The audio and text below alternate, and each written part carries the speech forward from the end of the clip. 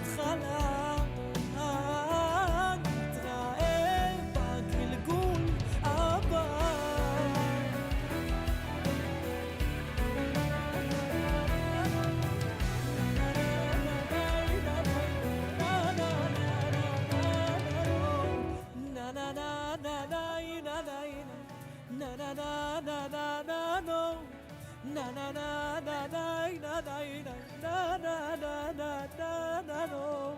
מי יודע אם אראה את פנייך שוב.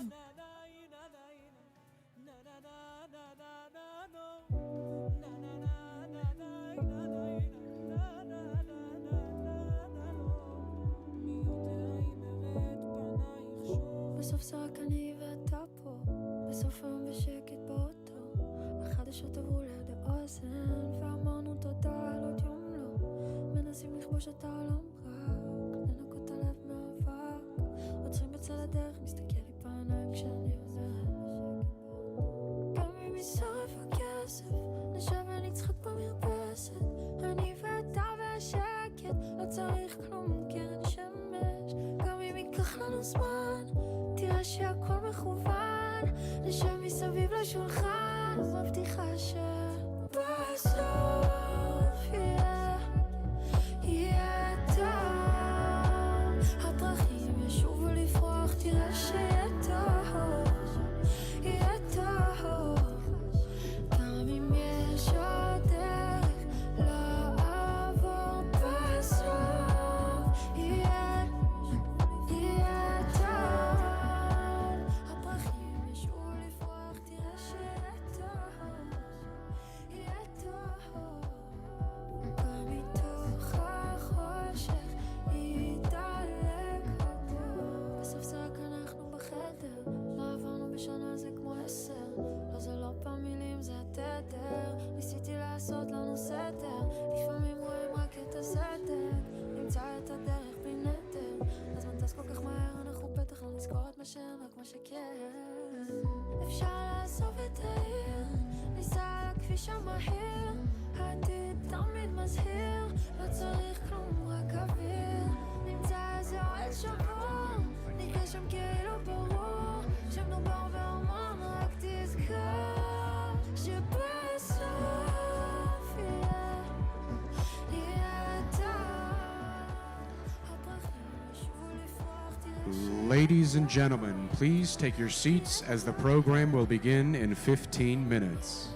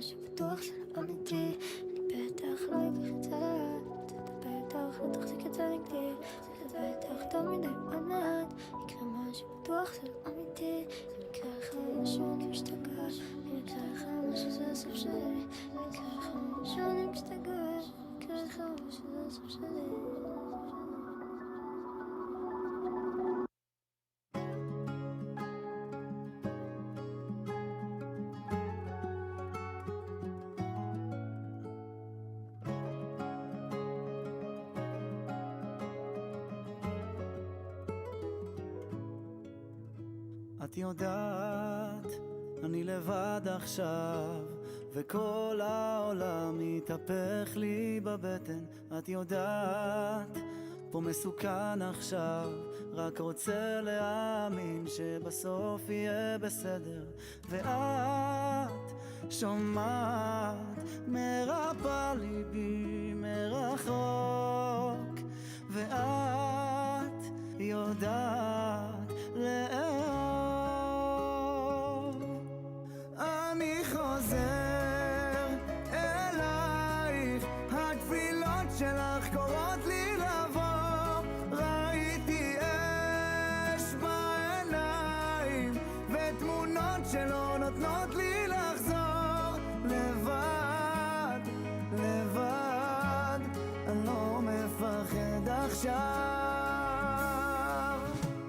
יודעת, אני שלם עכשיו, וכל המילים נכתבו כבר בספר. אני מבטיח לך, את לא תהי לבד.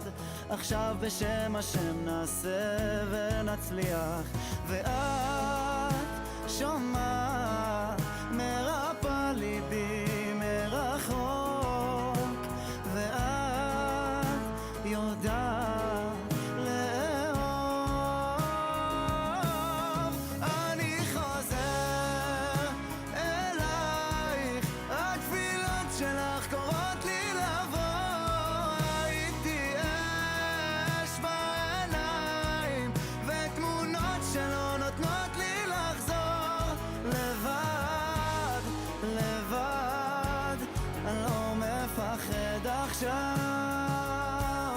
לבד, לבד, אני לא מפחד עכשיו.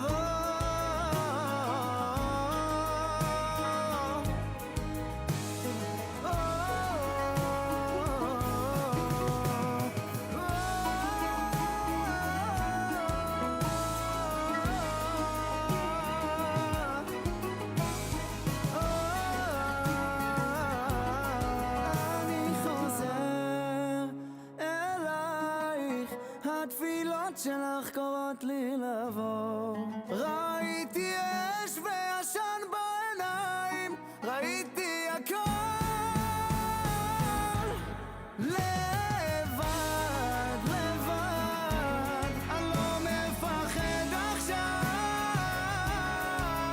לבד, לבד, אני לא לבד עכשיו.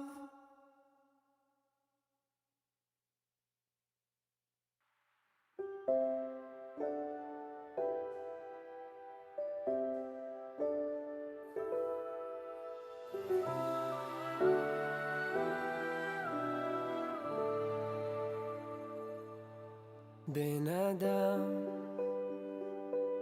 מה לך נרדם? קום קרא בתחנוני, כל דומייתך לאוזני כתופים. הנה מצאתי חן בעיניך אבי, תן לי תפילה אחת טובה שתפתח לי את כל השערים. תן לי מילה אחת כנה שתותיר אותי בלי שום אוויר. אני רוצה להיות תלוי על חוט השערה באמצע הים, צועק בכל כוחי, ריבונו של עולם, מה לך נרדם? תציל אותי.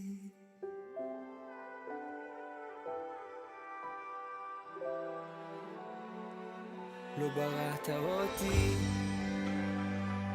להתהלך כישן, אתה מלא אהבה, אני רוצה גם כן.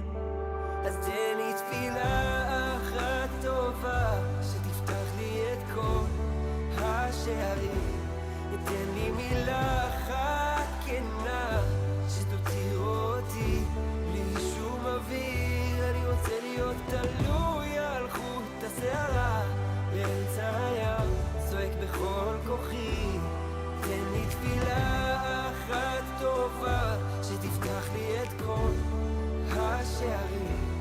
תן לי מילה אחת כנה שתותיר אותי בלי שום אוויר. אני רוצה להיות כחיה הנוהמת בים, לילות שלמים, ריבונו של עולם, מה לך נרדם? תציל אותי.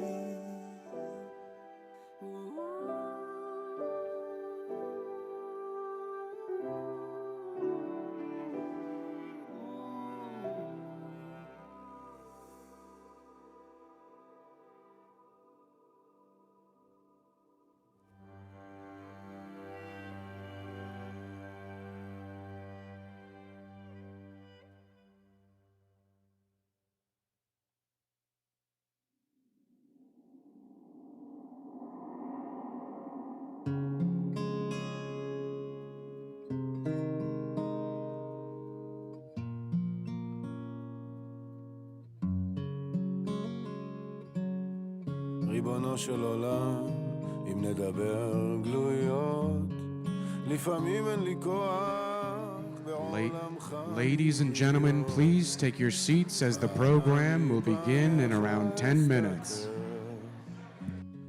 מה אטען, מה אצטדק, מה אדבר,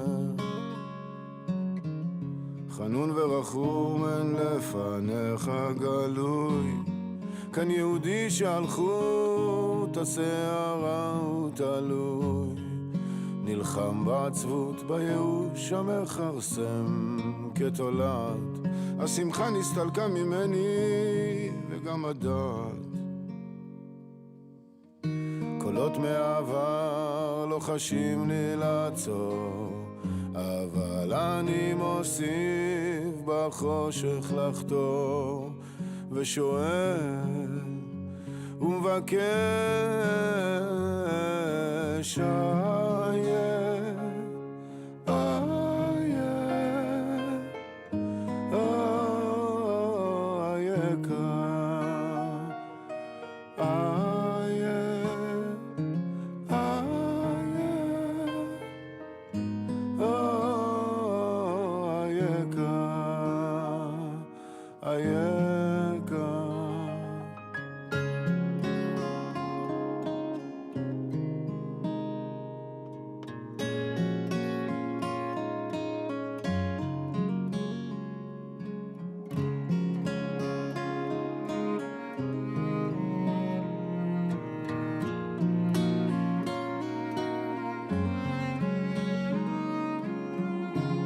זקן וכסיל שולח בחיצים, אני הולך וכושל, הוא הולך ומעצים, נשמה קדושה על נתיב כי שבורת כנף, אין תעידי עליי כמה הייתי נחשף,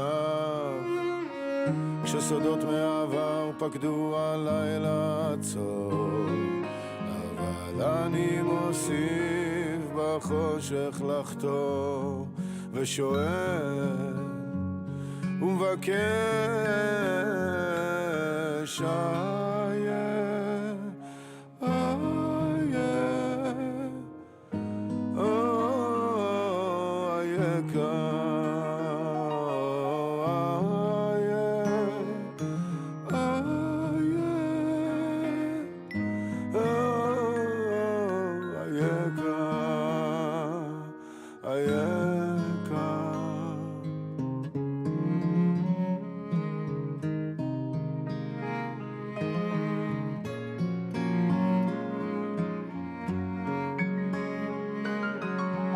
בסופו של יום נפלט אל החוף, האדמה רחומה אותי אליה תאסוף, ואז אצעק ואצטדק ואספר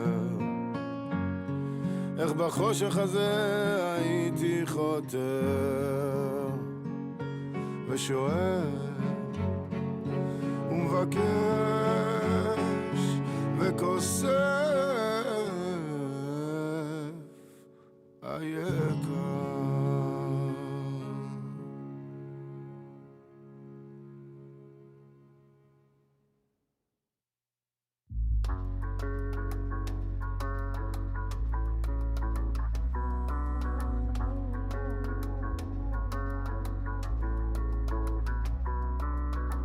מי יודע אם אראה את פנייך שוב,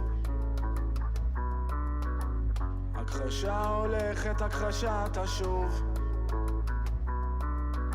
ואם אומרים שיש גורל אומרים הכל מכתוב, אז אולי אין לי סיבה בכלל להיות עצוב. או אינשאללה תמצאי לך נחלה, תמרי אל מעבר לחלל, כי גם הסוף הזה הוא ההתחלה. נתראה בגלגול הבא.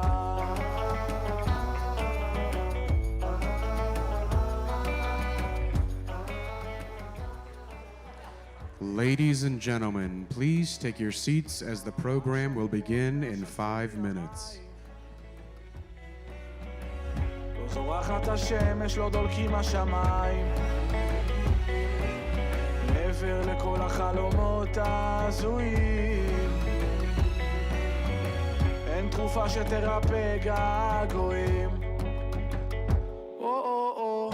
אינשאללה תמצאי לך נחלה, דברי אל מעבר לחלל, כי גם הסוף הזה הוא ההתחלה. נתראה בגלגול הבא.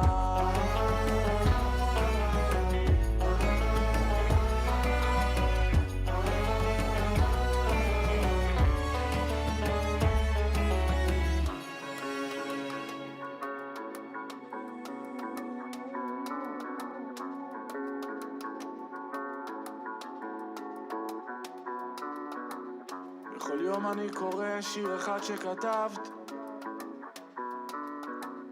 אבל רק אחד בשביל שלא ייגמר לי. וזה עולם משוגע כמו השיר שאהבת, והלב שנתפס עדיין לא השתחרר לי.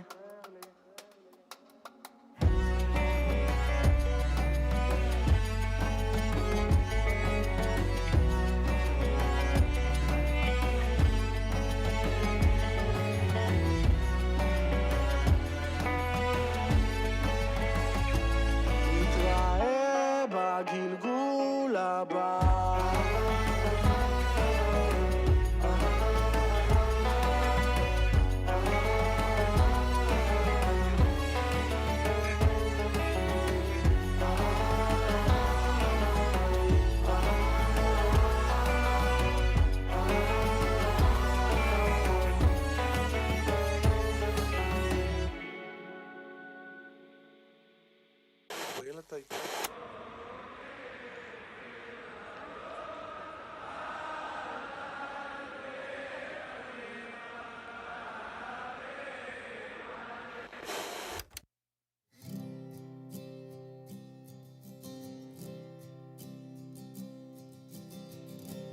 אם תלכי לי בשנייה עולמי יקרוס, ואם אלך לך תצטערי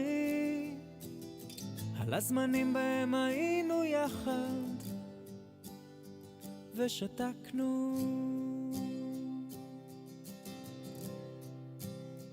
הימים עוברים והשנים רצות, ואיפה את ואני באמת? ילדים הולכים, אמהות בוכות, תגידי מה פה חשוב באמת? כמה נתעסק עוד בכאב, וכמה נתעכב עוד על השונה, ואיפה לא היינו מי שאנחנו באמת.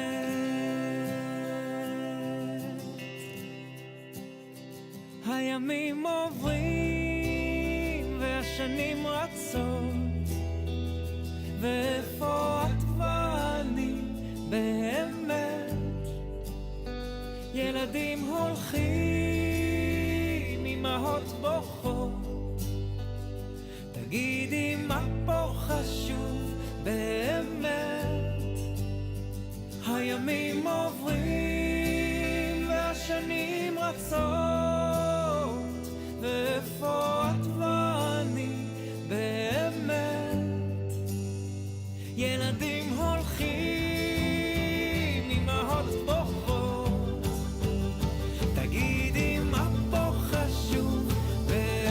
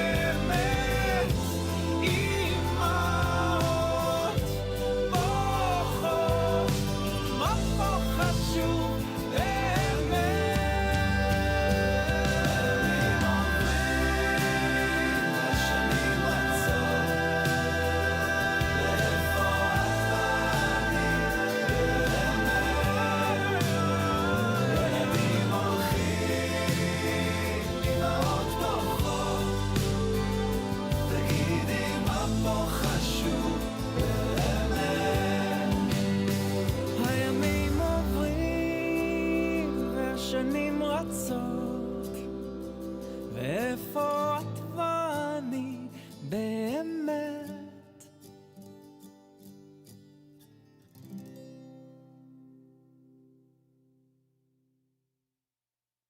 את כבר לא מקשיבה לי, אין כבוד פה בינינו. המילים שאמרת לי, אוי ריבונו של עולם,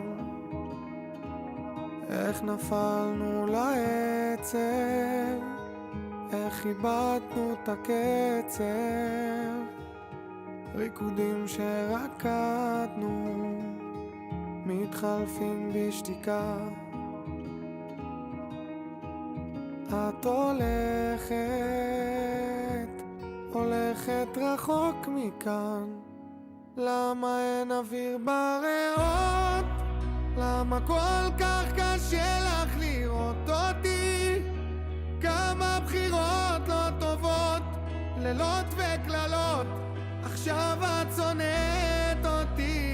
הלוואי לא תרצי לעזוב. תגידי לי. Ladies and gentlemen, please take your seats as the program will begin momentarily. אלוף בליפול, השקט גומר אותי.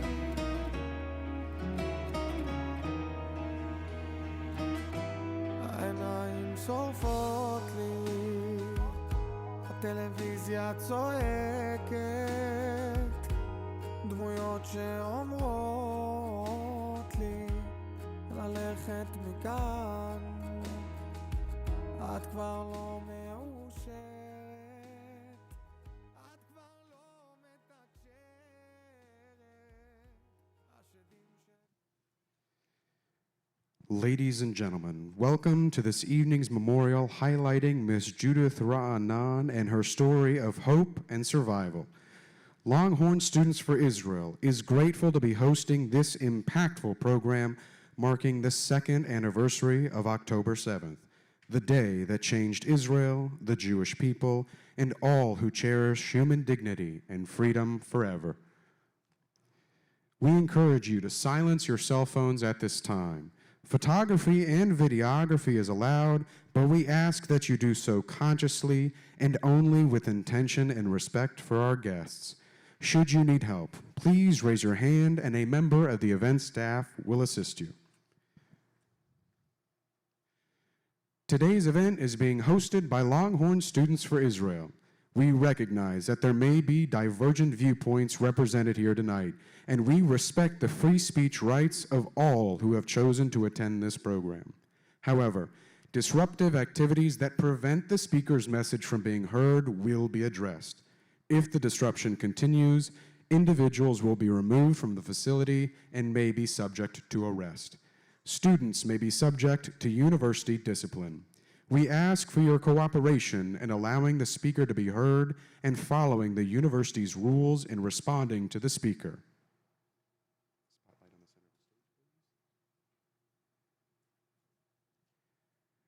Ladies and gentlemen, please give a warm welcome to Rabbi Neil Blumoff, Senior Rabbi at Congregation Agudas Achim, and rise for the singing of Hatikva, the national anthem of the State of Israel.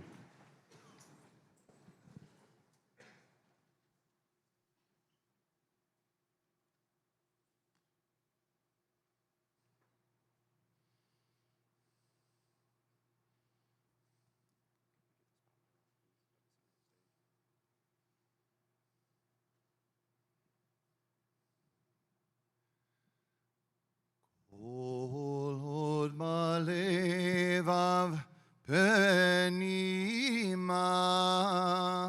נפש יהודי הומיה ולפתי מזרח קדימה עין לציון צופיה עוד לא עבדה תקוותנו התקווה בת שנות 2000 להיות עם חופשי בארצנו, ארץ ציון וירושלים. להיות עם חופשי בארצנו, ארץ ציון וירושלים.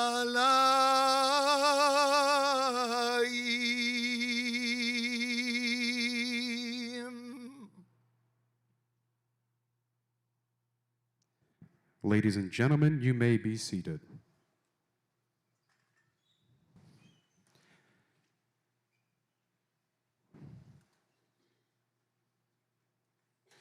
As we mark the second anniversary of October 7th, we invite you to look back at how our community came together just 1 year ago.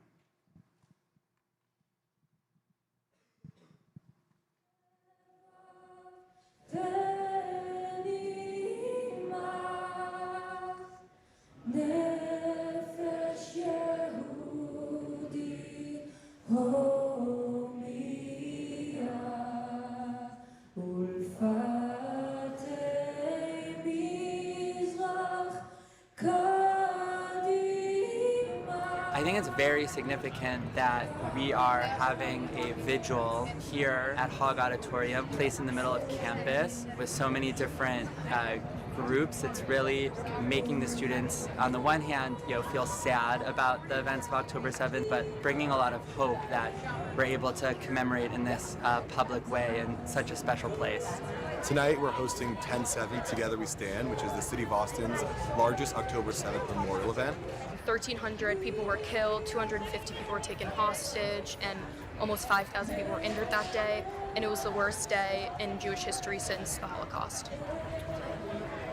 And for the last 6 months, we've been spending every hour of every day planning this event so that not only UT students, but UT community can come here and mourn people that died, but also think about the hostages and self-reflect.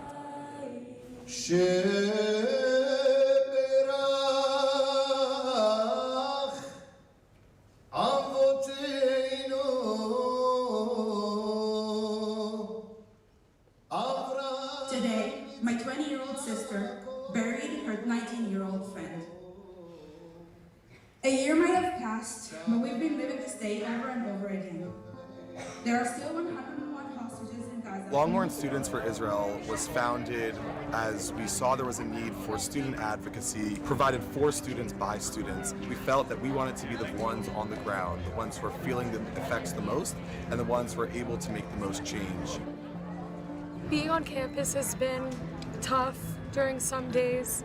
Last year, we gathered together by the tower. We had a vigil.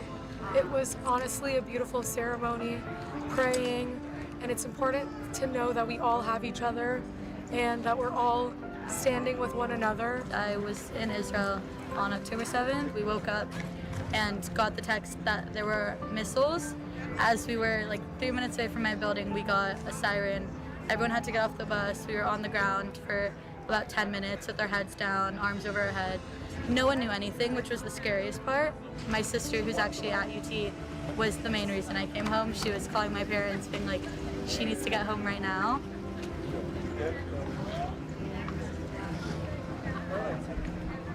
We knew in our hearts we needed to send a word of hope into the universe. When the war broke last October, I returned to Israel to serve with my unit. It was an easy decision in a difficult time. The fact that this could have been us, these were kids our age. There are kids fighting our age too. And just thinking about this whole experience, something we have to put ourselves in their shoes. I'm lucky to still be here and be at UT and be able to share my story, but so many parents out there, their children are not able to say that, which is also the hardest part about all of this. Yeah. I mean, I really hope that people that don't necessarily agree with us find something in themselves to come and learn something different and have an open mind. The strength of our community is special. It's a testament to the enduring spirit of the Jewish people. Together, we will continue to stand tall with hope in our hearts, knowing we are never truly alone. Am Yisrael Chai. I think it's made the community feel more vulnerable, but also a lot closer and tighter knit and unified. So many different students from so many different Jewish backgrounds, non-Jewish backgrounds, coming together just to support one another. Hopefully not leaving everyone in a depression, more in a how do we use this grief to make change.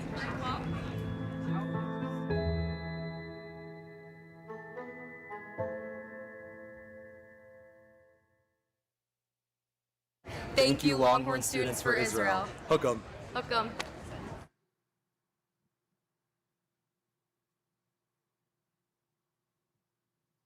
Ladies and gentlemen, please give a warm welcome to the president of Longhorn Students for Israel, Jasmine Rad.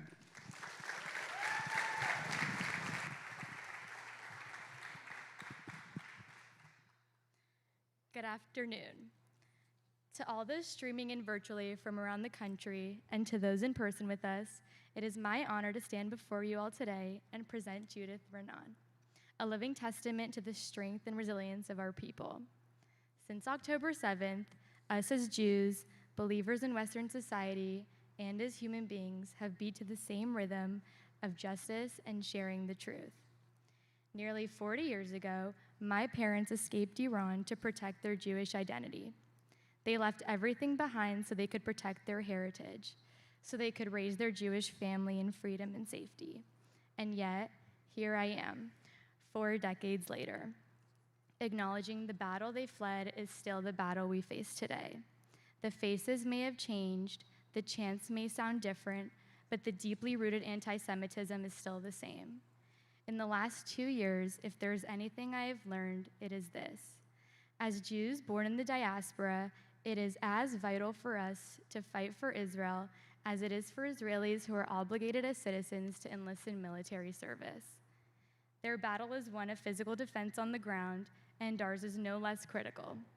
A battle of voice, influence, and action. To defend Zionism is not only to defend Jews, it is to defend the principles of human dignity that sustain our very own society. The parallel battle between domestic and international terrorism has never stopped. And in the year 2025, when we still hear death to Israel chants in classrooms, in the media, and in the streets, we cannot look away. Not only around the country and the world, but also here at UT, we have work to do. We have not stood still. Longhorn Students for Israel has built a track record of success in legal advocacy, large-scale events, and overall campus impact. Our world has earned global recognition with dozens of programs hosted and thousands of attendees brought together in unity right here in Austin, Texas. If you had told me 2 years ago that we would be hearing from survivors of October 7th, nevertheless a surviving hostage, I would not have believed you. Today, our opportunity to hear from Judith is an ode to our refusal to be silenced. Our gathering this afternoon is not only about acknowledging pain, it is about recognizing that we as a people do not bend to fear.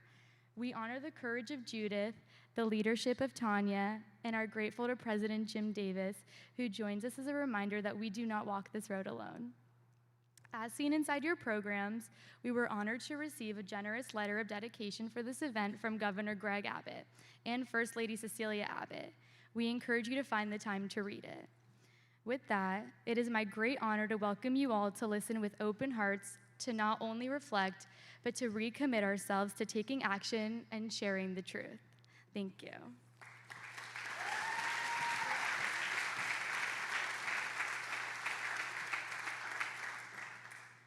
Please welcome Ben Klein and Ron Geiger for remarks about the Israeli Defense Forces. Good afternoon, everyone. Good to see you all. When we talk about the Israel Defense Forces, we're not just talking about an army from a 10,000-foot view. We're talking about young men and women, many of whom our age, who put their lives on hold to defend their families, their neighbors, and their homeland. For me, it's not distant or theoretical. My brother serves as an IDF pilot, and through him, I've seen what service really demands: the sacrifice, self-discipline, and an unshakable sense of unity. His stories weren't just about anger and long missions.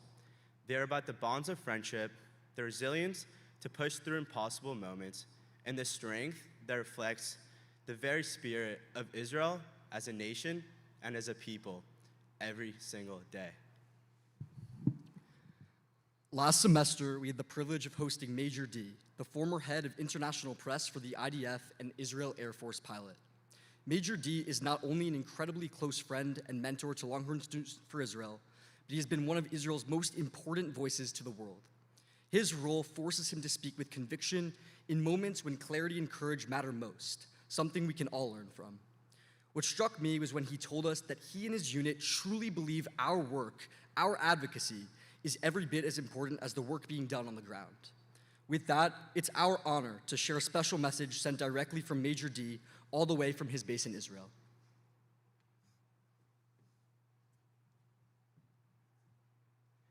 Ladies and gentlemen, in just a moment, we'll share a video message. For the safety and security of the speaker, their face and identity will remain hidden.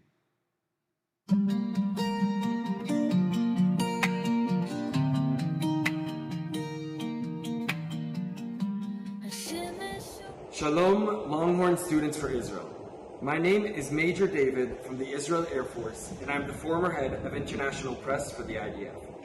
On behalf of the entire Israel Defense Force, I want to extend our deepest gratitude to each and every one of you. Your continued support means more than you can even imagine, not only to us in uniform, but to the people of Israel as a whole. When students, thousands of miles away, stand proudly with Israel, it sends a powerful message to everyone that we're all in this together. We are especially proud to see your commitment over the past 2 years, bringing Judith Raanan, the first hostage released, and Tanya Zuckerbrot, an outspoken advocate and leader, is no small feat. Their voices and their stories are vital reminders of both the challenges we face and the resilience of the Jewish people. Your organization and the community that you have created and led has become a model for student leadership and advocacy globally. Whether by educating your peers, standing up against anti-Semitism, or creating meaningful spaces of remembrance and solidarity, you embody the partnership that binds Israel and the Jewish people around the world. From all of us in the IDF, as we say here, defense is our mission, security is our goal. Thank you for your strength. Thank you for your passion. Thank you for your dedication. We are proud to have you as partners and friends. May we continue to stand together in unity, in memory, and in love. Am Yisrael Chai, and hook 'em horns.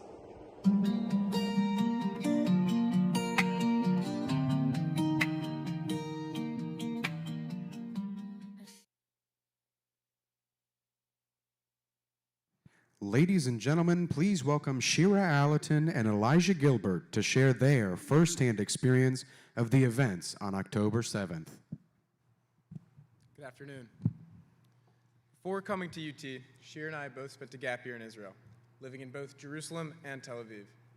It was supposed to be the best year of our lives.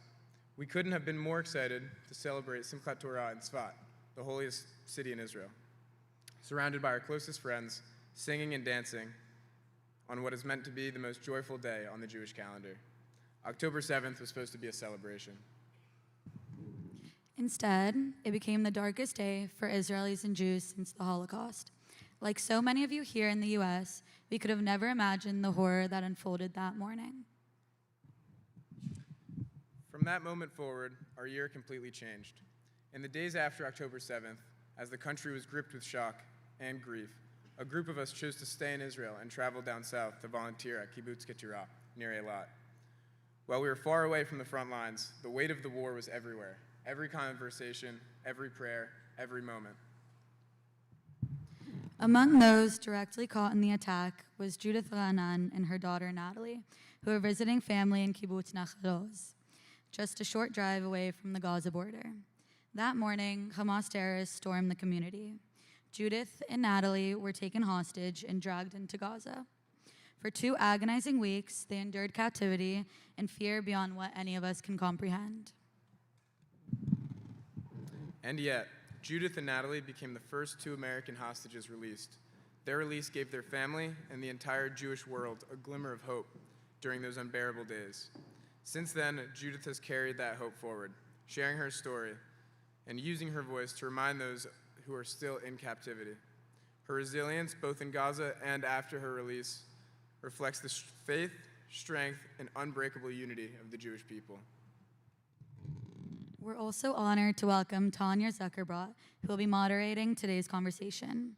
Tanya is a world-renowned health and wellness leader, a national media personality, and a tireless activist for Israel. Her dedication is not only personal, but deeply impactful. She serves on the executive board of WITSO, is a member of the Friends of the IDF Women's Brigade Board, and in the aftermath of October 7th, she co-chaired the FIDF Solidarity Gala in New York, raising over $20 million for the IDF.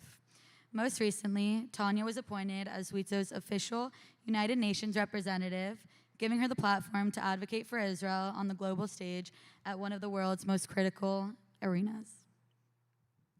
Tonight, as we welcome Judith and Tanya, we are not just hearing stories.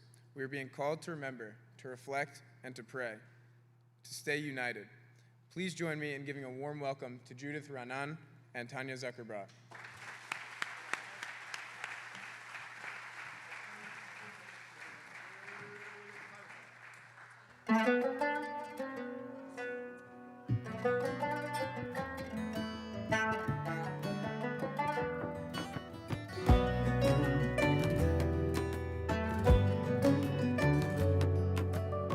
מי יודע אם אראה את פנייך שוב, הכחשה הולכת, הכחשה תשוב. ואם אומרים שיש גורל, אומרים הכל מכתוב, אז אולי אין לי סיבה בכלל להיות עצוב. אינשאללה תמצאי לך נחלה, תמרי אל מעבר לחלל, כי גם הסוף הזה הוא התחלה. נתראה בגלגול הבא. Lady.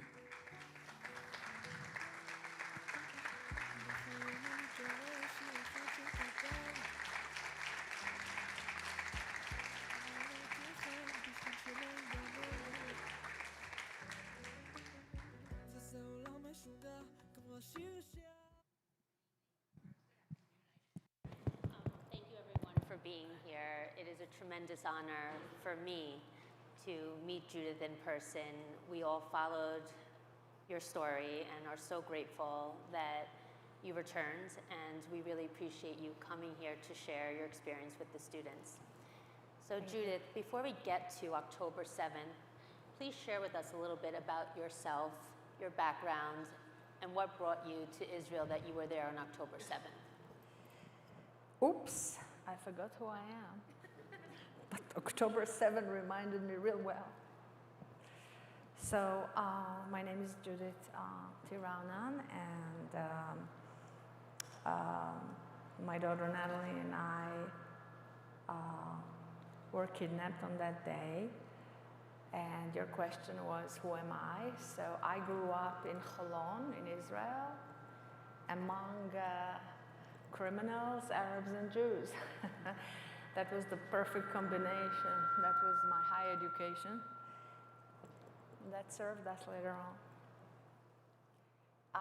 I grew to be a mother later on. I was in beauty business, a skin business, in real estate. And then I learned life coaching. I've done 2 years in Adler Institute in Herzliya, and 3 years of psychotherapy of the body. Combining those two, I became a counselor for different people. Yeah.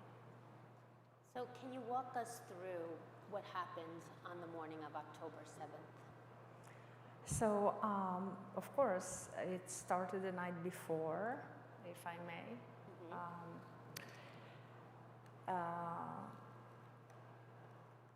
I told Natalie we're coming on a vacation to Israel. She did not want to come at all. And Natalie was how old at the time? not yet 18, so it was very close in age. Natalie's her daughter. So picture taking a trip to Israel with your mom, and go on. And so I'm a Baalat Tshuva, so basically I didn't know how to relate to God.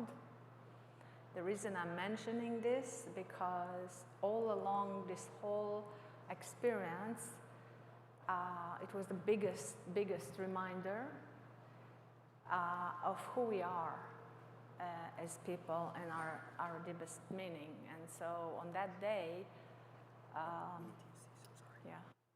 Hello? Yeah. Is this? Okay. So on that day, I just want to give the background that Natalie really refused to come to Israel. Mom, I don't want it. Honey, I promise you, your grandmother is going to be 85. We have to celebrate the birthday. The only grandmother that's still alive. We're going. I promise you a vacation you will never forget. Promised and delivered. Thanks to all kind of Muslim forces. So you and Natalie went to Israel, and you were staying with family on a kibbutz? Okay, so my mom and Yechiel, they lived about 7-minute walk from the apartment of the, when you have guests, and they've rented it for us. And so we stayed there, and I shut off the phone for Shabbat, and then Natalie did not, and I invited my mom to have a dinner with me. Natalie, pretending to be asleep, actually fell asleep. And then I remember walking my mom back and looking at the sky, extremely dark, with beautiful, beautiful stars shining. I remember in the Bible it says we're going to be like that number. Anyway, so here I am walking back home to where I am, and something tells me that something in this, I don't know, I'm very, very calm, and there is this rabbi. What time is this? This is Friday This is evening? night. Friday night? Friday night. Around what time? I would say 9 o'clock. 9 o'clock. Almost 10, maybe, I don't know. And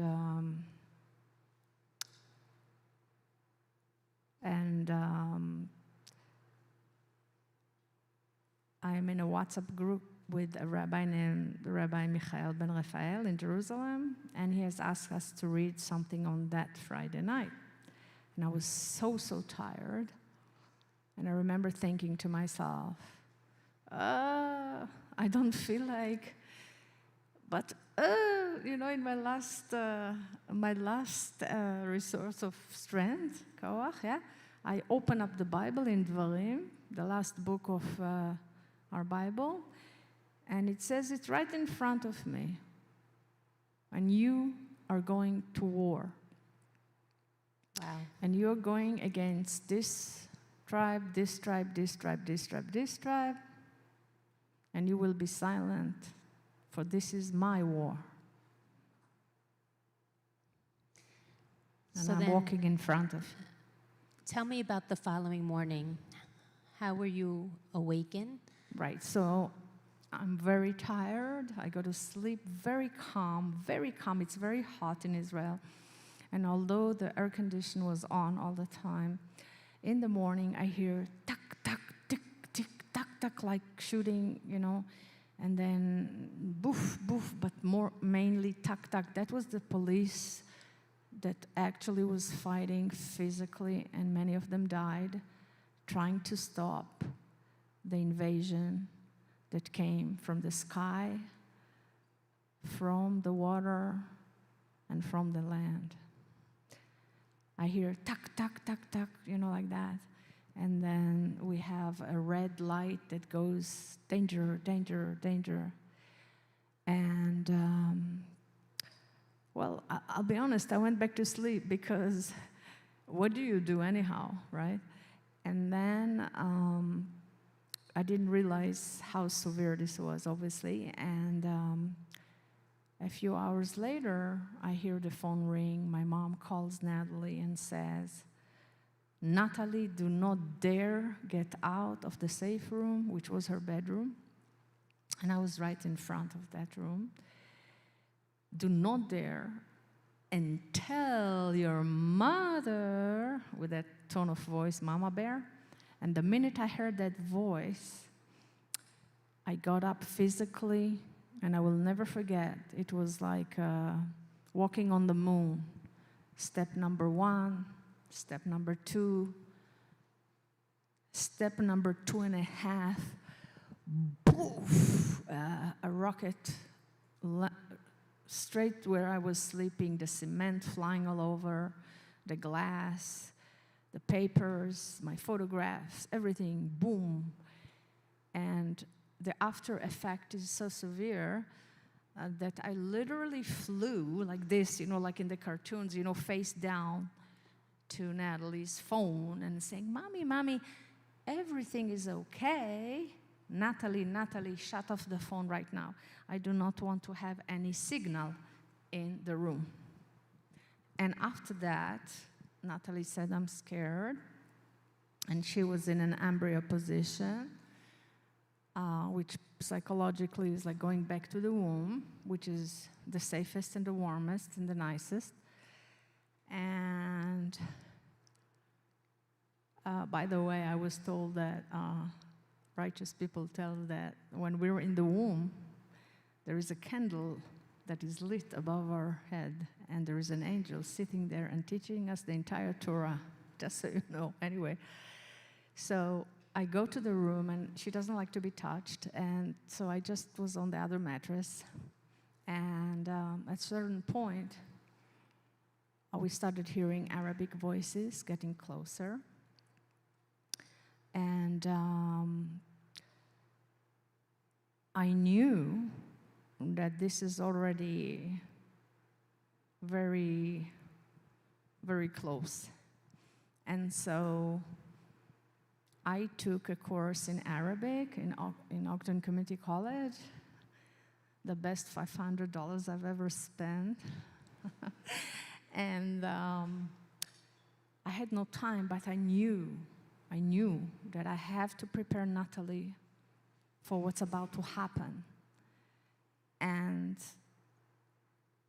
my heart, the rhythm goes like boom, boom, boom, boom, boom, boom, boom. The faster I do it without panic, the better off we're gonna be. And so I said to her, I remember them kicking the door, two, 3 doors from us were the new girls, your age, learning to be the watchers for Tzahal, for the IDF. There were so sweet girls playing the guitar and everything, and they kicked their door. I remember the scream. And I said to Natalie, "Honey, what language do you think you're hearing?"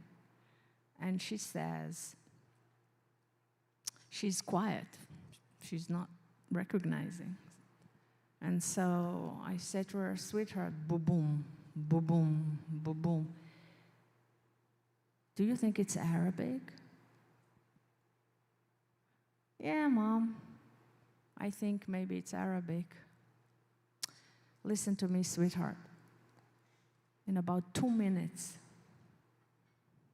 men are going to enter this room, and they're going to look like with all kind of weird clothes.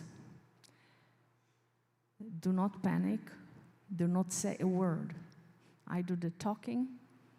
You act as I do." Were you in pajamas at the time? Were you thinking if there are men coming to get dressed, to put clothing on? In what state of dress were you? I'm thinking about if my young daughter was sleeping and all of a sudden terrorists were coming. Right. So Natalie was wearing very, very short. I was wearing the famous blue pajama that you all saw. And they were getting closer and closer. Yeah. And I didn't even finish. I just finished telling her I was on time. and then boof, they kicked the door, and two terrorists facing an RPGs, which is a thicker kind of a gun, big rifle, with like a bomb thing and an Arabic written all over it, with helmets and a vest and bombs all over them. One bomb was in the size of what you call a car battery, that size. Okay, that can take a lot of cement, trust me. And Natalie said, I'm afraid to be raped. And I said to her, do not worry. I promise you this. Should anyone harm you in any way, shape, or form, I will personally take it upon myself to have them be dead. One of my life coaching experiences with criminals in Israel. So I had good connections. I'll find them and I'll send them because this is my daughter, okay? Nobody touches her, yeah. But neither of you are armed, so neither of you are armed, and you're in this apartment, and now the terrorists come in. Yeah. Can you take us through what happened next? Yeah, of course. And there is a neighbor next door, Benny, and he's a 3-star degree police department. And he asked when he came in, what is your name? What is your name? And at that moment, it reminded me the story in the Bible of Jacob and the angel fighting. The angel is fighting Jacob. Jacob got an order from God to make it to Israel, but he's trying to stop him. He's fighting him all night. And he's asking him, what is your name? What is your name? The question is, what is your essence? Because this is what you carry with your name. And I say, Ana ismi Yehudit. My name is Judith. And this is my daughter, Natalie, in Arabic. Ana American. We are Americans. And he asked me, what is the name of your neighbor? I say this to all of you because this was a premeditated war, okay? From their angle, they studied everyone in the kibbutz, who is living where, and what is their occupation, and a policeman. That's a very important. If they can catch that, that's like worth a lot to them. And yeah, and then he said, okay, we're not going to kill you, but you have to get out of here. And I said to him very gently, he kept on asking, what is the name of your neighbor? And I pretended, being a silly American, doesn't know nothing. I'm American. I started singing to him while he's gun pointing me that we are here for the birthday of my mother. Happy birthday to you, happy birthday to you. So he understood. And he said, okay, get out. And I said to him, Ana Yehud, I'm a Jew. We are modest. Please give me a chance to put something under Natalie. Yeah. And then we were forced to go out to another apartment. So they gave you the time to get dressed, and then you were ordered to walk outside? The Muslims understand modesty. Mm-hmm. Okay? We're brothers, after all. So yes, and then I was forced to ask a family to get out of a safe room. And there were 20 bullets on the door. You can smell the bullets, the powder, there was a whole family inside. And these were, I think, the longest 7 minutes of my life, where I'm telling the terrorists, don't worry, they'll come out. And in the meantime, I'm trying to talk to them in a way that he won't understand, and then that he will understand, that he won't understand. I'm telling you, don't shoot if you have a gun, because I'm in the middle, I'm going to be a sandwich. And I'm finding all the excuses in the world to take my good old time for this discussion. And I want to show you something, that one of the things I did was lift up my hair like a woman does when she wants to, seduce a man like this. I did that to him, literally telling him that it's hot and I need a hairpin. And right there was a box with hairpins. I'm just showing it to you.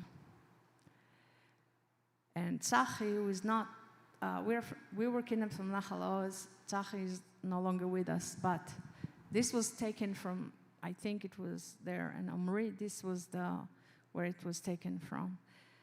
And I keep it always with me. Just wanted to share with you. I also asked for water, gave me water. We started finding excuses. Something, they have a dog, they're looking for the leash, there's no electric, the thing is locked, and it wasn't locked. It was the scariest thing ever, where he's telling me, open up the door, I'm gonna throw a bomb, a grenade, through the window to their safe house. The whole family is gonna be one big blob, okay? And I'm thinking to myself, Hashem, help me, God. I cannot do that. I'm not, I'm going to pretend that but I cannot do that. I cannot. And so he says, open the door. And I'm holding the door. I'm holding the handle. And I noticed, to my biggest fears, without showing, that it was actually opened. He just didn't know. All he had to do was burst it out. But I said to him, I look at him and I say, it's stuck. And I'm starting to pretend that my hand is trying really hard, but I knew it was open. And the guy inside, I heard from my mother recently, while I'm doing all this, I said to him one moment, and I'm turning my back and I'm yelling, Natalie, because he took the other terrorist with Natalie back to the house where we were. So I was all alone, and I was freaking out about her. I couldn't show him. I'm freaking out, so I just yelled, Natalie, is everything all right? Because everything was so silent that I wanted everybody to know in the kibbutz that everything is so not right. Do not dare get out. That was my only way of saying it, without having the other guy understand, the terrorist. And that yell I just heard actually saved that family. I didn't even know that, because we couldn't look back. We were gun pointed all the time. I saw many, many terrorists there. He asked me, how many do you see? The terrorist says, tell him there is 1,000. The kibbutz is the kibbutz is dead. And what about my mom? What about Yechia? What about everybody? What about? I cannot think about it right now. I have to save my daughter. That's the only thing I have to do. And they kidnap us into a car. And the cars don't work. They put you into a car? They tried to put us in a car. The car didn't work, this, that. It was quickly, Chel Avir, the Air Force. I say to him, Shu Chel Avir. I don't hear nothing. I don't hear nothing, right? And was Natalie in the car with you? Of course. We were all, when he told us to sit down on the ground, once that family didn't come out, there was other two families, children, the family of Omri, and there was a little girl, there was a spot of blood on him, there was Tzachi. I had this vision in my head that not to sit down on the ground. Bad luck. I felt like it's like the Holocaust. He can just come with the gun, zzz, zzz, everybody in one shot. And I'm thinking of that Western movie that this cowboy said to this other, and if you're gonna shoot me, you shoot me in the face. You're gonna see my eyes. and you're not going to forget them. That's my addition. So I said to him, my knees, I'm old. My knees are hurting. I cannot sit down on the floor. So Natalie leaned on the kitchen thing. The little girl is crying. Baby's crying. The little girl. I said to her, everything will be okay. The mother says to me, do not talk to them. We already have a dead body in the safe room. Apparently a bullet that they tried to open the door of a safe room in their apartment flew directly to the heart of an 18-year-old girl and killed her. So I was quiet. Then he said, you, and you, get up. They cuffed us. They held us on a man on each side and another one in the front. And we started walking. Tzachi and Omri were bare feet. Also, I want to mention that what you hear about the drugs that they had, I can tell you firsthand it's true, because the terrorists took out a tube and drank something. I mean, I don't know what, but whatever it was, it became very itchy. And I was so scared it's gonna just, trigger it. So the cars didn't work. We started walking with the pajama and the flip-flops that I bought at Aldi that are open in the back. Natalie goes like, Mom, go fast. And I'm like, I can't go fast. I just can't go fast.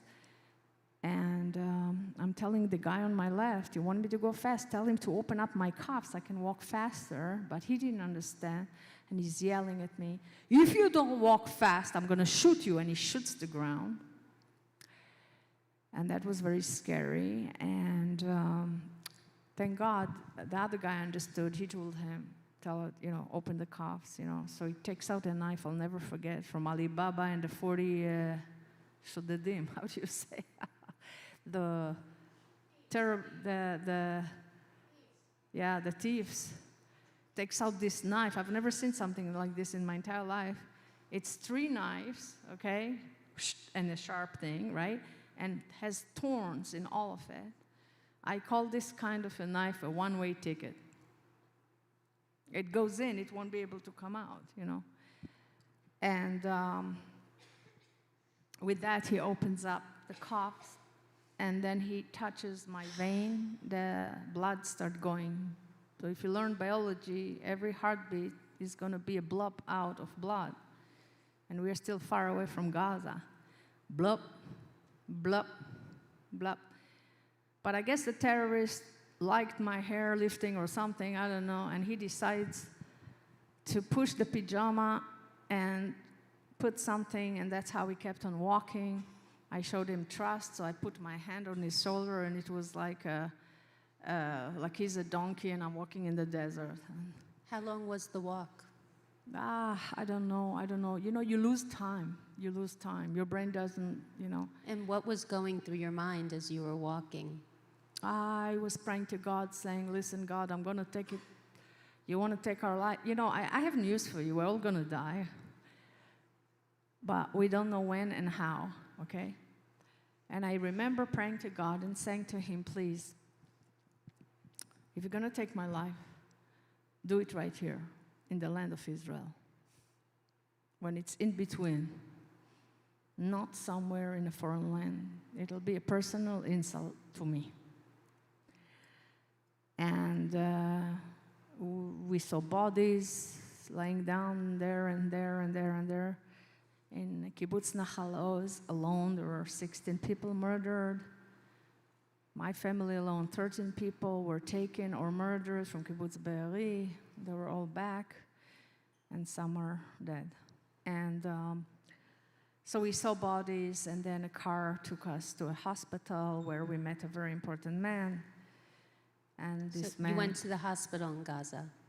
Right, and it was very frightening because everybody's like, Allahu Akbar, Allahu Akbar. It's very, very crazy, crazy, crazy. And they dressed us with Muslim clothes. They put us like we're in a hospital, a whole bunch of stuff. A very important man meets us. And the first thing he says when he looks at me,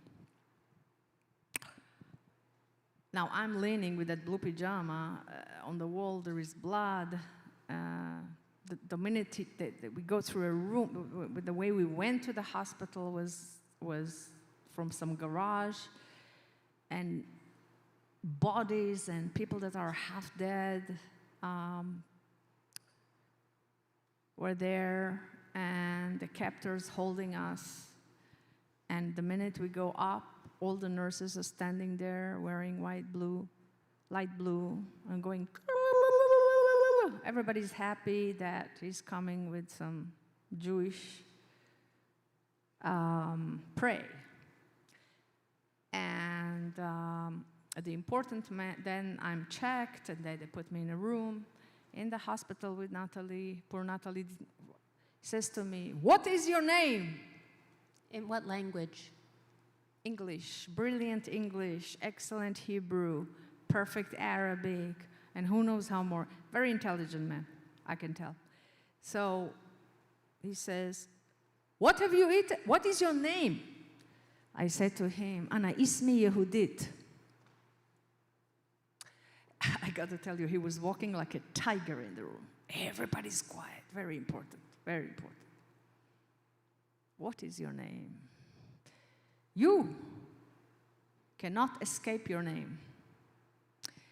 To make it clear to you all, my brothers and sisters, Judith, Yehudi, right? That means Jewish, yeah? You cannot escape your name, meaning your essence, who you are, who you represent. I was just sitting there with the blue pajama, hiding the blood on the wall so that Natalie doesn't see blood. I was afraid she's going to faint. What have you eaten today? Like I have a lot of appetite, right? Shabbat morning, I said to him, "Ana Yahud, I eat kosher." "Well, why? Do you have any good kosher restaurants around here?" And so he's like, "Who is this?" And then he gave some order. "What will you eat?" And then I said, I remember this, I didn't do homework enough with Arabic class, but I tried. Tafah. Tafah means an apple. Tapuach in Hebrew, an apple. I said tafah. It's not meat, it's not dairy. We the Jews don't mix. So he say, he gives an order to the guys to bring. They come back with a falafel, a bag full of falafels. I was so thankful that my daughter ate, but I kept on just sitting there. So he was intrigued more. "Why are you not eating?" he asked me. I said to him gently, "Ana Yahud, I need to wash my hands first before I touch the pita bread." Then he speaks to me in English. For now, he has no time. He says, "Judith, sometimes there are circumstances." And I'm smiling in my heart, thinking, what circumstances? I am not going to change. We are in a hospital. There must be some water around, right? So it's a question of, are you going to give me the water or you do not? And then from there, we were told we're going to another hospital, and we were shoved into ambulances, and that little terrorist already liked me, so he was trying to protect it. Nobody will know that it's us, because I figured now we are worth to be alive. And so we played along, and we made it to one place, another hospital. They were fighting who is going to sew my hand, blah, blah, blah. Then we go to another place, and that night, you asked me because that's still the 7th of October. It was around 10 o'clock at night. We were put in some apartment, some house, and on mattresses on the floor. And poof, another rocket comes, exactly where I'm. And the guy comes, quickly, we have to go. And that was the scariest thing, because you don't know where you're going. You don't know where you're going. When you were in the hospital and also at the apartment, were there other hostages with you? No. So did you understand the gravity of the situation? Did you think this was unique to your kibbutz? Did you understand at that point that Israel was at war with Gaza? What was your understanding of what October 7th really meant? One of my, I'm humbled, okay? But one of my biggest attributes is not to think. I really didn't want to make out of it anything that I don't know. If I don't know, I don't know. I just don't know. So the entire time that you were in captivity, it was just you with Natalie, no other hostages? Yeah, we were surrounded with 5 armed men, 24/7. We were watched, we were filmed. Can you share with us what your days were like in captivity? Yeah, it was very simple. You don't get up. You need permission to go to the bathroom. You're surrounded with men all the time in the same room. So you were in an apartment. You were never in the tunnels of We Gaza. We were not in tunnels. I'm so thankful for that. I cannot stand the thought that my brothers and sisters are in tunnels, because I'm claustrophobic. So that would have added more to that. Other than the terrorists, were there any families in the apartment, or was it just Nothing. an apartment? They have separated very clearly. We were not in touch with anyone. I have not seen anyone. The only person, little person, the head of the captors, when we were in his apartment in the beginning, before that big boom, guess what was waiting for me? An apple. So I took one piece. There was a little girl, that was his girl. He wanted me to kind of bless her. And so I picked up one apple piece. I gave it to the little girl. I pick up the second one, and I said, Baruch, Ata Adonai, Eloheinu melech haolam, borei pri ha. You got it.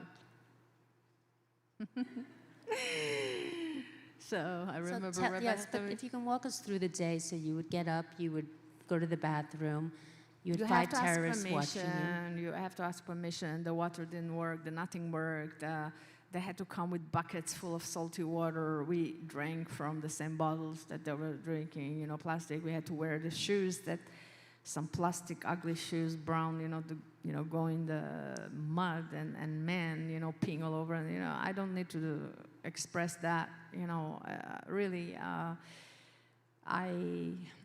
During the time that you were held captive, did you have enough to drink? Did you have enough to eat? Or was it scarce, or were they It was scarce, thoughtful? but with us, there was still more food versus later when there was no food. So even with us, it went down. Like in the beginning, there was a little more pita and this and that. And then afterwards, it became less. Your daughter had mentioned that she was scared before she was taken to Gaza about being raped. In those weeks that you were held, were there any concerns for your physical safety, other than, of course, the obvious that they would kill you? My Or were you goodness, concerned let me tell you, for your first daughter? of all, I knew the major thing was to get her out of there. So the first thing I asked for some pencils, or, pencils, so that she can draw a channel out. She cannot talk, we cannot talk, we cannot cry, we cannot do nothing. You just don't do nothing. And, I pretended sleeping. I was never asleep. Tzahal was above us. We had a drone above us. They were like, shh, shh, quiet, quiet, It was very, very scary, yeah. So how would you pass your days, and how did you balance your own faith and emotions while also making sure that Natalie felt reassured and safe? Yeah. So for Natalie, I sang a song, and It's a Wonderful World by Louis Armstrong. And she says, Mom, I don't think that this is the appropriate time and place to sing this. And I said to her, honey, this is the most appropriate time and place because look at you. You're like a queen. You're a queen. You're surrounded with 5 armed men protecting you. They bow to you to give you food. They bow to you to pick up the food. You don't cook. You don't wash the dishes. You're a queen. So she smiled. A lot of the saints, remember Benny that was next door? He built a sukkah. I remember going into the sukkah the night before, and there was a picture of the Baba Sali, a rabbi, Mekubal, Kabbalistic rabbi. And I really felt his spirit coming along with us. And I felt a lot of righteous people coming along with us. And that gave me a lot of faith and ability to respond. And I had to make her laugh. That's number one, I'm answering you through my daughter. So I made a joke about the bathroom, how I left them some big present in the bathroom. So she's like, really, Mom? I said, yeah, oh, you bet, with some sum. The whole thing, I said, I had diarrhea, So. Did you have access to the news while you were held captive? Access to? The news. Did you understand that there no. were other hostages taken? Nothing. Did you think it was just you and your daughter? No. Did you understand the scale? Nothing. Nothing. They would come and pray, Allahu Akbar, meaning God is great. Allahu Akbar. God is great. And so I would say very quietly, Adonai Elohim, Adonai Elohim. God is the Lord, God is the Lord. So he won't be jealous, just in case he likes Hebrew more than that, see? And I prayed a lot. The praise that I know, like the Lord is my shepherd, I shall not want. Even if I walk in the valley of death, I will not fear, for you are with me. And I made up my mind that if I die, nobody wants to die, but if I die, I'll die as a Jew. Because we're coming from a very royal family, whether we acknowledge it or not. And yeah. From your perspective, what was the scariest part about being held hostage? What's one memory that you can share with us that really stuck with you? A conversation that I tried to hold between Hebrew and Arabic and with the head of the captors. And I asked him, how do you know that your father was not Jewish? That would have been problematic.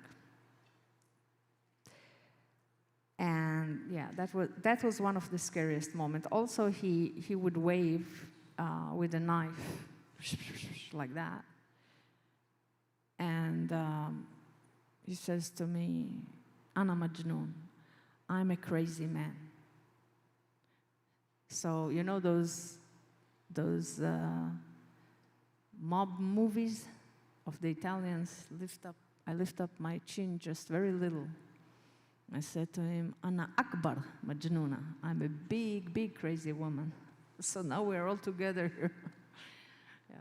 How did you find out you were being released, and after how many days were you released? We were 14 days. We were captured on Shabbat, Saturday. We were released on a Saturday. Can you tell us about that day? Oh yeah, they just they had a phone that was plugged into the wall, and there was negotiations going on. He was trying to explain to me that there is negotiations. That's all. We didn't know anything. And then what happened next that you were finally leaving the house? Did they say to get dressed? You're returning home to Israel?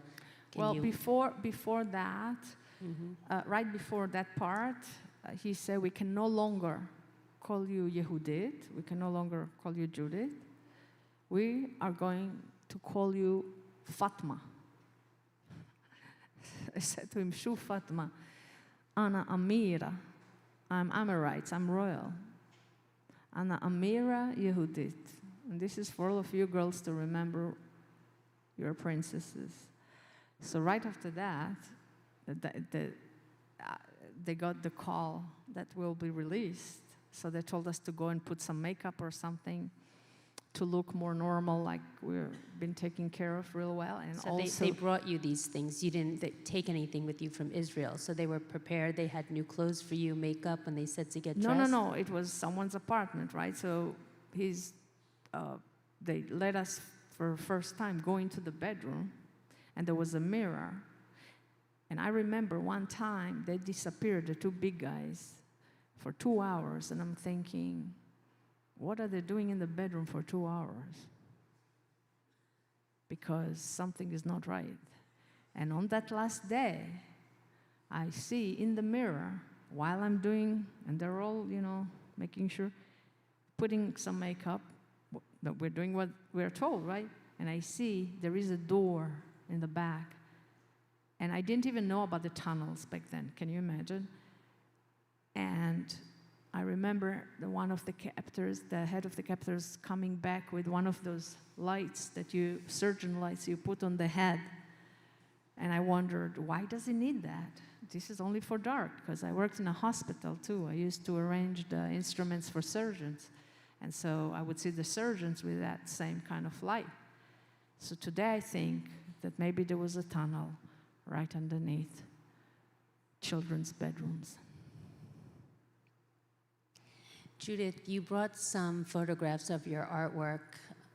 I had the opportunity and the honor of seeing them. I think the students would benefit a lot and enjoy seeing your art, because art is so therapeutic and so meaningful.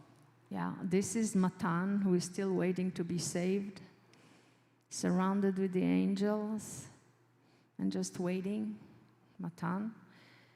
This is Natalie and myself, surrounded.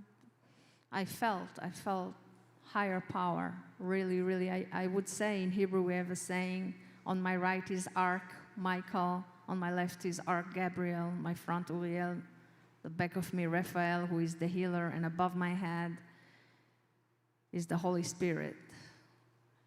And this one, Natalie asked, why are they bombing? Why is Tzal bombing us? Don't they know that there's children and we can be dead and all this? And this represents the mother of all children. How a mother wants to protect her child and not see the bad in the world. And her one hand is like a wing of an angel. Yeah. Okay. How has your perspective of faith changed post-October 7th? And what do you hope that the students in the audience today take away from your story? The most. First of all, I'm so grateful that you call us to share this. But what I'd like you to, what I felt, is that God is a loving God, and He's full of mercy. And it's like a big, beautiful light. And we all carry a sparkle of His light inside of us. What I'd like everybody to take tonight is closing our eyes and tapping in to that light that is inside anyhow. See, we can forget God, but He does not forget us. Never, ever. And I will tell you something else. The enemy, whoever it may be, can kill our body. I've seen it. They can kill some of our psychology. Some of us will not be the same. But they can never, ever, ever take away that sparkle. Thank you very much. Because that belongs to Hashem, God Himself.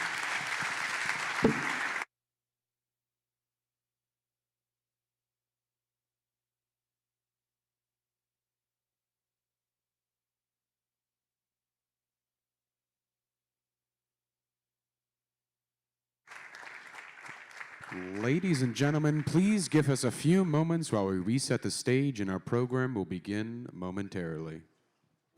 כי גם הסוף הזה הוא התחלה נתראה בגלגול הבא אינשאללה תמצאי לך נחלה תמרי אל מעבר לחלל כי גם הסוף הזה הוא התחלה Ladies and gentlemen, please give us May all the just a few. hostages be released as of yesterday.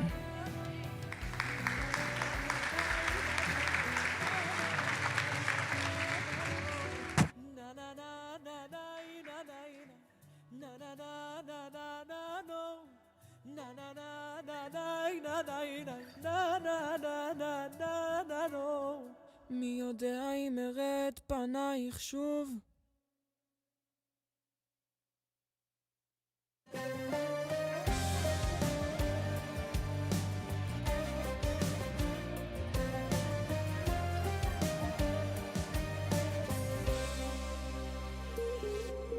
למה לא עצרת לרגע כדי לקחת אותי איתך אני לוקח אחריות על פשע ואת מושכת אותי לאט אצלך מזמן כבר נמחק השכל את מתנהגת כמו שטן משהו מבפנים גורם לך לעשות הכל במכוון מאיפה באת לי פתאום ומה גרם לי לנשום אותך עוד לא הספקתי לחלום ואת הצלחת במילים שלך לנסות לשבור לי הכל איך בסוף נשארתי למות איתך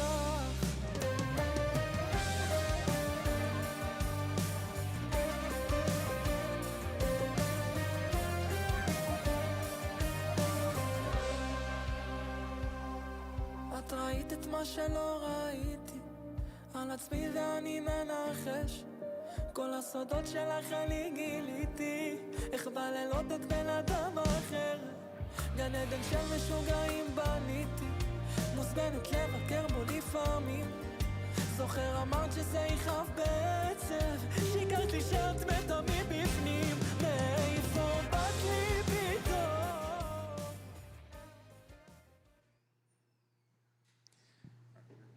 Ladies and gentlemen, please welcome Rabbi Zev Johnson from Chabad to guide us in prayer, followed by Sophie Sorkin from Longhorn Students for Israel.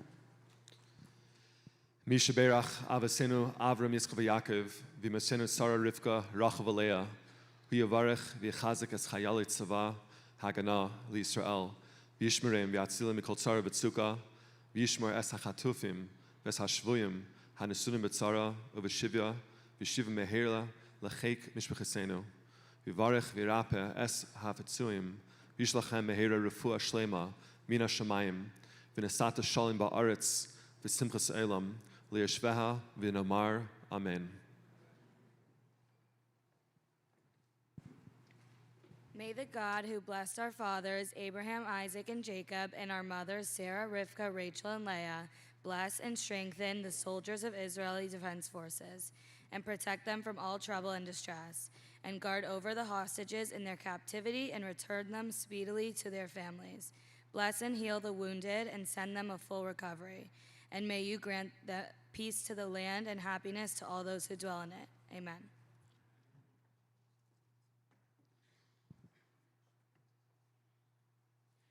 Ladies and gentlemen, please welcome Lily Kaplan from Longhorn Students for Israel.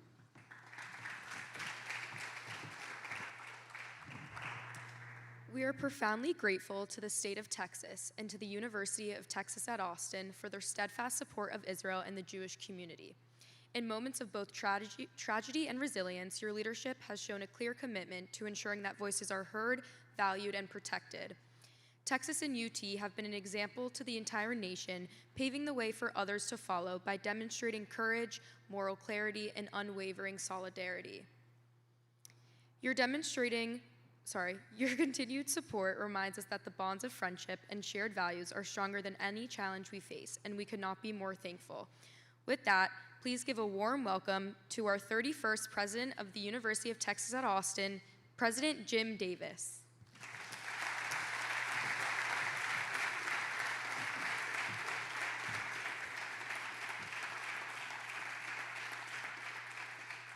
Well, thank you all for being here, and thank you for inviting me to be here with you.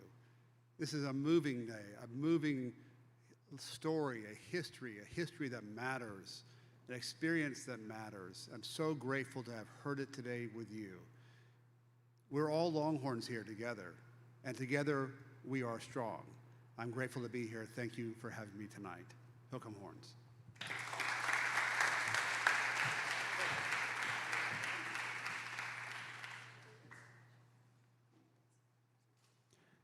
Ladies and gentlemen, please welcome Ben Sherman, founder, former president, and acting chairman of Longhorn Students for Israel, for our closing remarks.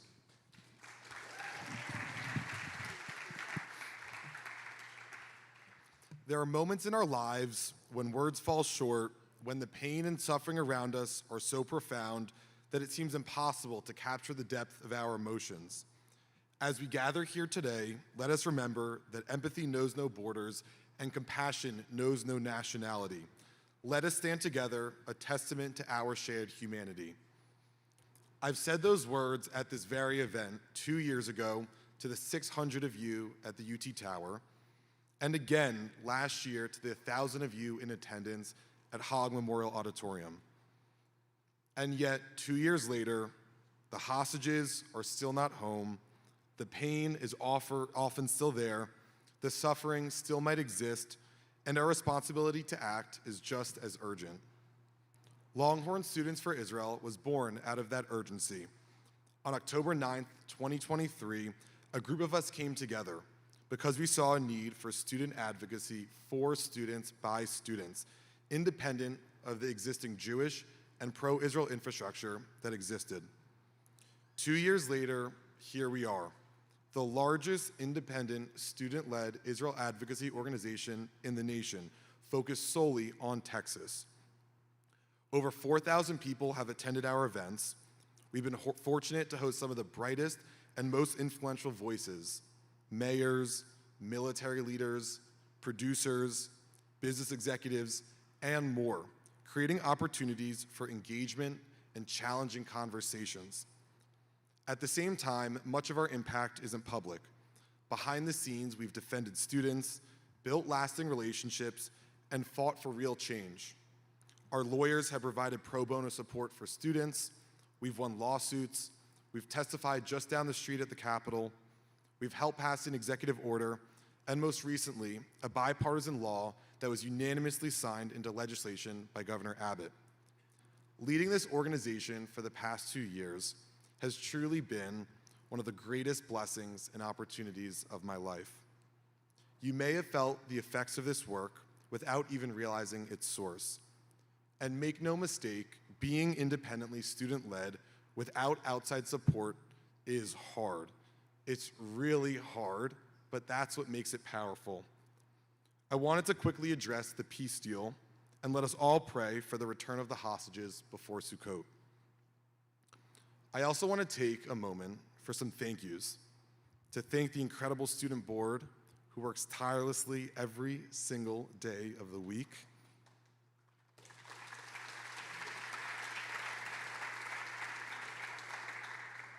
And those who have previously served on the board and continue to push the mission to be better than what came before. I want to thank the University of Texas at Austin, the state of Texas, and the Board of Regents for their leadership in upholding their values and standing firmly on the right side of history.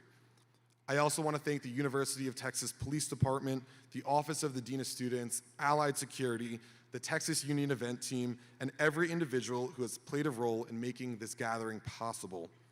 Safety is not something that we could take for granted, and unfortunately, not every campus and not every group of students has the safety nor freedom to host an event like this.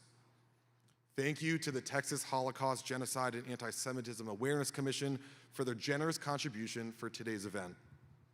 Lastly, when planning this event with Judith, she actually mentioned that visiting Texas was on her bucket list. So we're grateful to have been a small part to be able to bring that fruition. And as part, we're excited to announce that a small group of our local Austin donors have decided to contribute $18,000 on behalf of Judith Raanan and Longhorn Students for Israel to kibbutz Nahal Oz.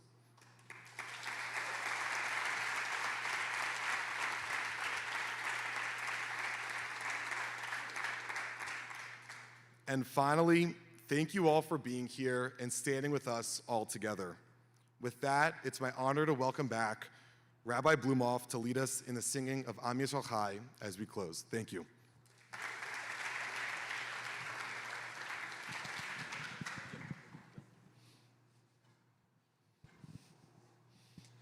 Thank you, friends. If you wouldn't mind standing and joining with me. Am Yisrael, Am Yisrael, Am Yisrael Chai. Am Yisrael, Am Yisrael, Am Yisrael Chai. Am Yisrael, Am Yisrael, Am Yisrael Chai. Am Yisrael, Am Yisrael, Am Yisrael Chai. Or Avinu Chai, Or Avinu Chai. Or Avinu, Or Avinu, Or Avinu Chai. Or Avinu Chai, Or Avinu Chai. Or Avinu, Or Avinu, Or Avinu Chai.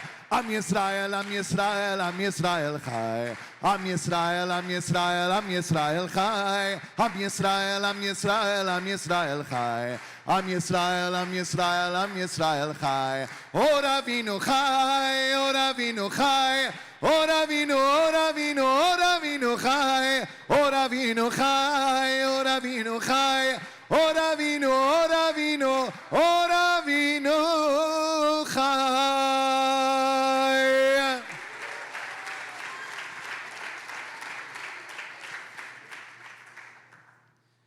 Ladies and gentlemen, thank you for attending today's event.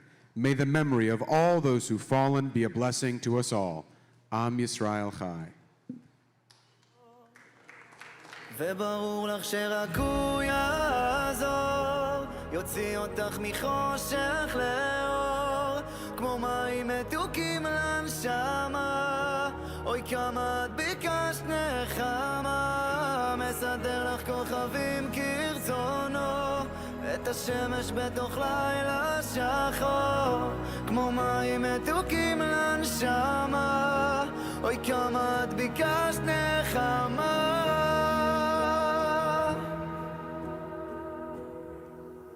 והם לא מבינים כי מי יבין אותך, תגידי לי מה את רוצה, אחד מלאך או אחד מסובך, אחד שיבוא ואוהב את השם שלה, שיבוא בחגים, ילך בבקרים, יתפוס לך פינה בלילות הקרים, אם את לא רגועה ולא יודעת אם טוב לך או שרע, וברור לך שרק הוא יעזור, יוציא אותך מחושך לאור, כמו מים מתוקים לנשמה, אוי כמה את ביקשת נחמה, מסדר לך כוכבים כרצונו, את השמש בתוך לילה שחור, כמו מים מתוקים לנשמה, אוי כמה את ביקשת נחמה, ואת כל הכוכבים בלילה, את השמש ביום, שתוכלי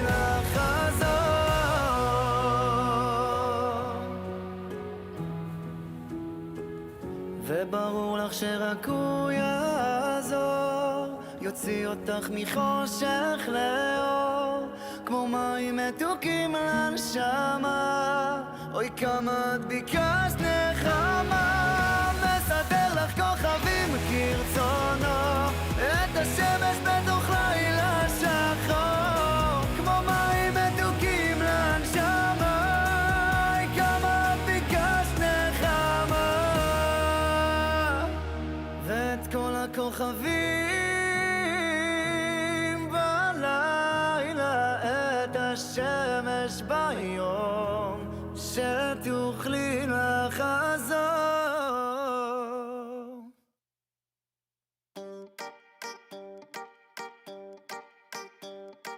לעולם למה את עושה לי דמעות? לא חושבת עליי, תמיד עושה לי מנגינות. ומה יהיה עלינו? את הורסת, באתי לבנות. את לא שואלת מתי, ואת יפה לי בלילות. ומי יפריד בינינו ככה? את אומרת לי פשוט, תתחיל לנגן, בקצב תיתן, ומה שיהיה פה יהיה. שיהיה לנו שבוע טוב, שבוע טוב, מן אביב ומזכור לטוב. שבוע טוב, איך אני אוהב שאת רוקדת.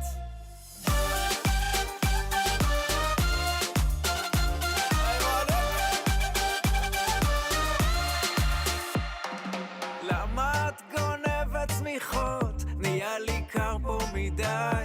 תשאלי בחלומות מה יהיה עלינו, גם בעצב גם בשמחות. את לא עוזבת את היד, נכון עשינו טעויות, ומי יכול עלינו ככה? את אומרת לי פשוט, תתחיל לנגן, בקצב תיתן, ומה שיהיה פה יהיה.